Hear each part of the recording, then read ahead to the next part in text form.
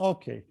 Today, my guest is Professor Joan Ricart, and I will keep my introduction short to maximize our time with him. In the next 30 minutes or so, we'll talk about Joan as a person, Professor Ricart as a thought leader and an esteemed scholar, and finally as a mentor to many PhD students and junior faculty. For the sake of time, I will skip many of his accomplishments and give you a very quick snapshot. Professor Ricart is a fellow of the SMS and the European Academy of Management. He served as the vice president of the Iberoamerican Academy of Management, the founding president of the European Academy of Management, and the president of the Strategic Management Society. He has published more than 100 articles, books chapters, monographs, cases, and teaching materials. He is the co-academic director of Cities in Motion and academic director of the UN Center of Excellence of PPP, which is Public-Private Partnerships for Cities.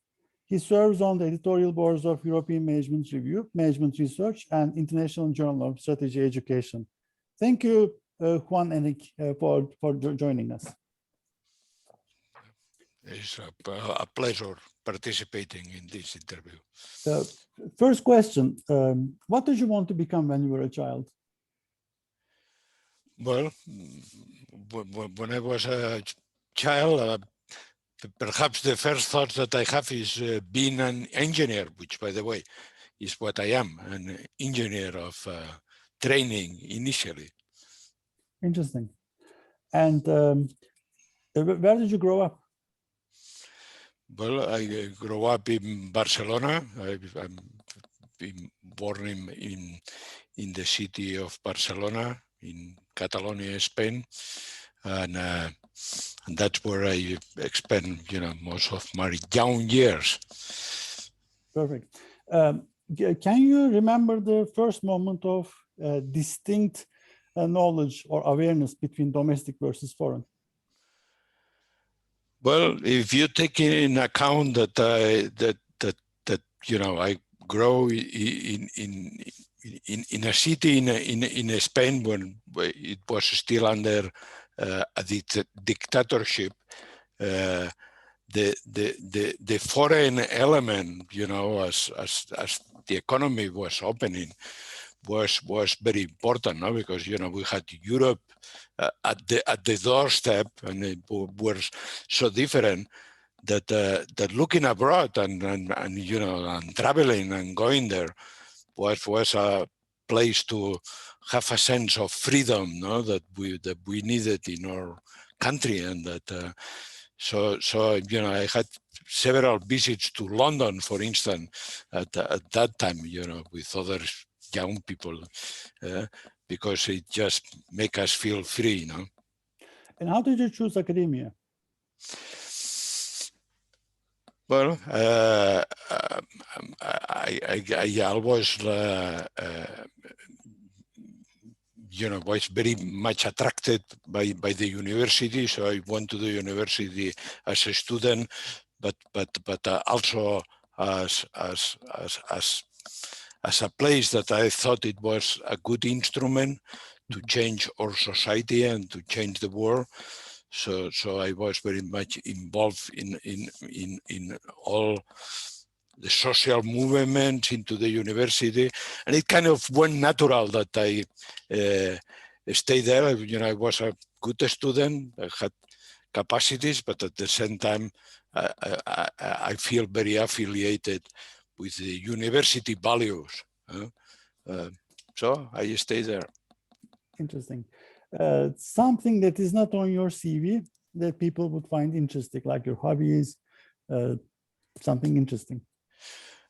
Well, in fact, related with what I was saying, I've been involved not only in the university, but also in a lot of social activities, different kind of institutions, cultural ones, and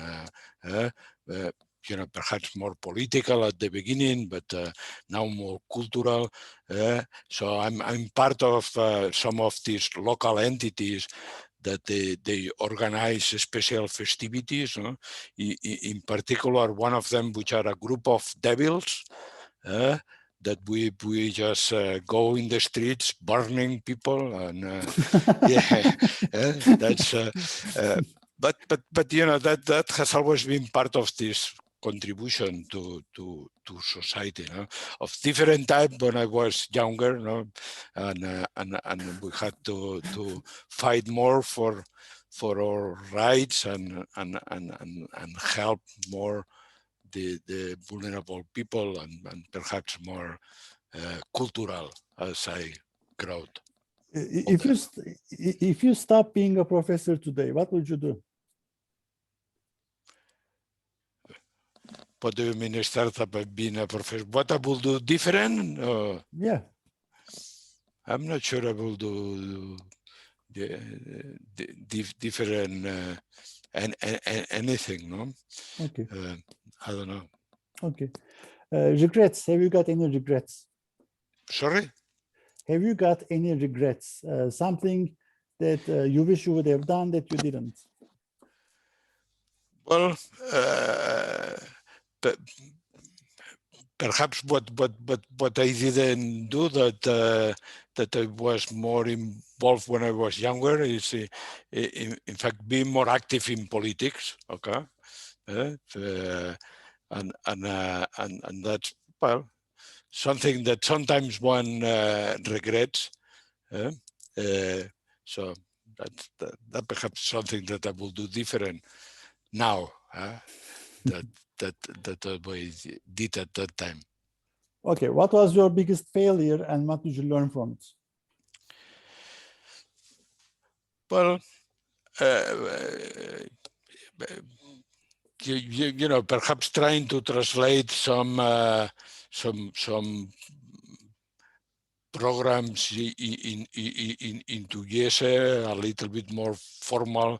I mean, I had a, you know, a very technical training, both in engineering, but then later on in economics. No, I come from a very quantitative economics. In fact, my advisor was Ben Holstrom, which is Nobel Prize in economics now, but pretty well known for the theory of incentives and this thing. No? And I, well, you know, at some point I realized that I needed to know much more about behavioral elements and even philosophy and others kind of things. You know, if one really wants to have influence into the management profession, which at the end, that has been my profession. No? Being a little bit from economics to management, well, was a hard path that one has to run. No? Sure. Translation is difficult, of course. What are you most proud of? Well, I think that what I'm more proud at this moment is on the strategy department that I think I partly created at the IESE Business School where I am. I've been the chair of the department for 23 years, which is something pretty unusual in most universities, and I think we have created one of the strongest strategy departments clearly in Europe, and I think in the world. And I'm very proud of this team of people. Sure. Okay, let's switch to research. Let's say you're stranded in a small village, you sought refuge in a small neighborhood pub, locals don't know who you are, they are curious about you. How do you explain your research to people who don't read you regularly, who are not academics? And how do you explain the importance of your research? Well, I guess in a situation like that, I will focus in more recent research because, you know, I've covered very dispersed group of areas, and in particular, I will bring the conversation into business models and business model innovation, and especially the application of these business model concepts to the governance of cities. No? And if you want all this transformation of smart cities, which is something that people will understand a little bit better than others, and the new mindset that is needed both in companies, but also in cities, if we want to deal with the grand challenge that the world is facing. No? Joan, can you explain more about cities in motion? Like, what are you guys doing? What is the concept? Well, cities in motion was created it's a center that we created with the idea of providing, of introducing modern management into the city management. No? I think we have mostly developed a concept that I like to call it smart governance. No? Smart governance, that is the use of a strategy to think about the future of the city, the use of collaborations, which are extremely important to develop the cities, and the development of new mindsets that again are kind of the three elements, no? The strategy, the collaboration, and the new mindset, new business models that we can call it, but people in cities don't like to talk about business models when it applies to the public, but this kind of triangle is the main elements that we develop in our center. Is this a European centered approach, or is it global? Well, the approach is pretty global. Of course, we have more relationship with the European cities, but it's pretty global, no? And in fact, we publish a ranking that we call it the EISE Cities in Motion. It's an index of cities, which is kind of a synthetic index, and we have 179 global cities distributed in all continents. No? About research, about the omitted variables or understudied areas in research, strategy research that borders international business. Can you identify a couple of understudied areas that we should focus more on? So can you define what's going to be in the next 5 to 10 years, the future? Well, this is always difficult, no? But I think that especially in international business, no, but in general in a strategy, we've lost a little bit the connection with the locality, no, and this is extremely important as a big part of the economy. At the end, is a collaboration between the public and the private side of the economy, and most of the public is cities, and so that's why I think the work of cities in management, not just urban planning, and of course there are urbanists, architects, and other people, technology companies that work, but I think management in cities is very important, and in a strategy, understanding this relationship of the locality and the impact that it has in a strategy is very important. Think about the sharing economy, one of the elements that, of course, is developing mostly in cities. It has a extreme local impact, and now we are trying to do quite a lot of research in trying to understand why platforms as Airbnb are accepted in a very positive way because, you know, they bring a lot of these elements of sharing, collaboration, democratizing rents and all these things. But also in some locations, they have a lot of setbacks, no? Like in cities in Barcelona, because it increases gentrification, it brings the tourists to the centers that are already overloaded into the city. It has very negative impacts into the cities. Now, understanding how these global companies need to work locally in a very different way and collaborative way with these cities so that we can get, you know, better cities thanks to this model. I think that's a very interesting area of research, especially given that in terms of business model, every time we see more ecosystems, platforms, you know, that's the way the economy moves, the companies move, and these elements are very global on the one side, but has a lot of local impacts that need to be taken into account. And I think this connection is not well studied. How is the pandemic going to be impacting your research on the cities in motion, and this localization? How is it going to impact you? Well, the pandemic, of course, has been impacting a lot the cities, no? But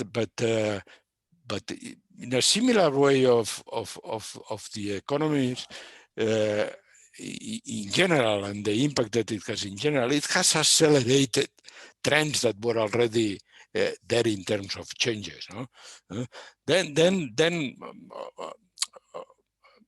Of course, there are elements, or if you want, new elements that are entering. No? But the most important thing, perhaps, is that the relevance of sustainability, of digital transformation, and all these trends have rapidly accelerated and bringing a change into the city. On the other hand, some dimensions like health, of course, resilience in general that were already in the agenda, but are getting more and more important. And some others, as urban planning, for instance, they take kind of a new sense. No?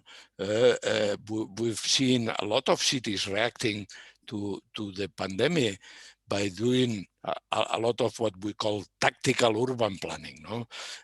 Because we need more space for the people to move. We have to avoid congestions, and that requires a new way of thinking about this urban planning that it was before. No? So there is this combination of new elements, acceleration of the trend, but I think all in the direction of having more sustainable and socially inclusive cities as a general trend. Well, I'm really curious about the Chinese investments in infrastructure and big development projects in Europe, in Middle East, in Africa, especially in Africa, right? How are they going to be impacting your research, your focus on localization? Now, of course, the infrastructure is a very important element for the cities, no? Now I'm not sure I'm answering exactly what you meant with your question, but I think one important impact that we will have in China is that China has transformed itself in a place for a lot of experimentation of new technologies that perhaps has been more difficult for many elements, some of them political or having to do with privacy of data, but also some legacies. So they have been able to experiment much more with this technological infrastructure and the use of artificial intelligence and all the impact of this kind of so-called smart cities, no? Well, in places like in Europe, that gets more difficult for these elements that I was saying before. No, one of them is the legacies. You know, cities are older, are more difficult to transform, but also because people is a little bit more reluctant to and is more afraid about the power that the technology is getting and the invasion of privacy that can mean for people. No, so the different context in China, I think, is allowing a lot of experimentation, and I hope that at the same time that they will get more social as they move into the time. We are going to learn about these implementations to be able to apply them to different socio-economical contexts. No? The reason I'm curious about the Belt and Road, the Chinese investments overseas, is for infrastructure. Yeah, we were talking about localization in urban settings and urbanization. Yeah, but these Chinese investments are not only all for urban locations, but these are for rural locations, and they are developing a completely huge hinterland for having access to new markets, having access to new resources, capabilities. Is basically changing a lot of things in Africa, Middle East, well, Eurasia, but Europe is kind of lagging behind because of the, like you said, the legacy issues. The cities are already established for 1,000 years. They don't want new infrastructure in most of the places, and European Union is not that open to receiving such infrastructure suggestions. That was what I'm really curious about, urban versus rural urbanization.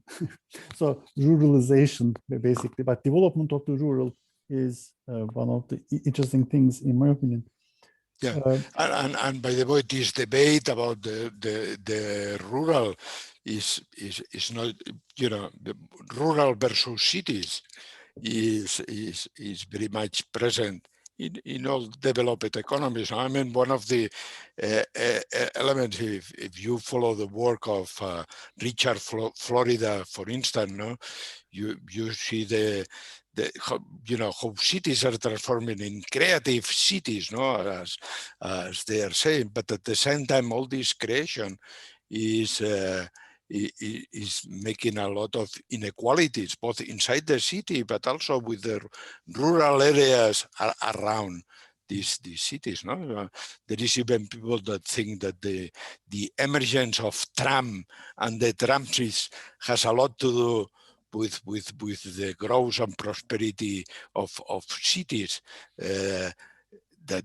to the losses, no, of more rural areas or small cities around these, you know, these big cities. No, so all this tension is not just on infrastructures and this thing, but it's more real, no, about how we really build inclusive cities, but even going beyond, no, so that we make inclusive nations, or an inclusive planet in a way, no. Advice section. What did you learn? What was the best advice you received from Holmström? From Holmström, what is the best advice that I received from? Well, Holmström was is a very creative researcher, no? Which I'm not sure I am that creative researcher, no? But he always say that what he tried to do when everybody was thinking in a particular way. He was trying to think different, no? And that is something that has been helpful for him in his career, no? So, and I think that's something that we should do, no? We have to see, thinking that the old problems can be solved with the old solutions is not very realistic, no? So we try to make an effort of thinking different if we want to try to get the new solutions that we will find into the new world. Is that a good answer? ESE has a great PhD program, right? You guys are producing PhD students, and they are, let me put it this way. What are the common mistakes that you see in junior faculty or PhD students in the field, in management, in strategic management, in international business? What do they do wrong, and what are the things to avoid? What to do, what not to do? What to do and what not to do? Well, I think in our PhD program at EISE as a business school, we try to first focus really in management. So similar to the transition that I was telling you that is sometimes not easy to make from economics to manage. I think our PhDs and the disciplinary training that we have, which is necessary, but that we have into the PhDs programs in general, is not very compatible with what is required with a management that requires a much more humanistic, interdisciplinary, and general perspective, especially if you want to communicate well them with executive and really have an impact, no, on the people that go through our classrooms and at the end, if we have an impact on these people and we can improve them in being better managers, but also better individuals, the impact that we can have in society and the world through these managers is really very important, no? And that's what we try to get into the PhD program, no? People that has as ambition through their research and teaching to really have an impact into the management of the world, a positive impact on the thing. Of course, we can discuss if it's positive or not, but eventually we try to look. And I think that's the whole reason why we as academics are in this profession. No, I think we all want to have a positive impact in society, and we think that this impact is possible, not directly, which also sometimes one can have the influence, but especially indirectly through the people that we impact in our classrooms. No? Last question, Joan Enric. What is one question I should have asked you but haven't? What is a question? Well, perhaps the question that one should, which relates to what I was saying before, had to do a little bit with this movement that we have now about responsible research. No, I think as management scholars, we should be thinking about how to develop now, not just as a teacher but as a scholar, no? How to develop these theories and frameworks that can really help improving the management around the world, no? And I think that perhaps we should take a little bit more responsibility on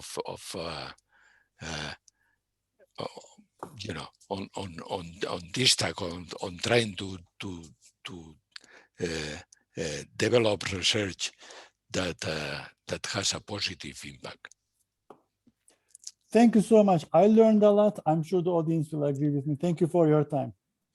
Okay, well, thank you for attending this interview, and I hope it's going to be useful for everybody. Thank you. Thank you very much.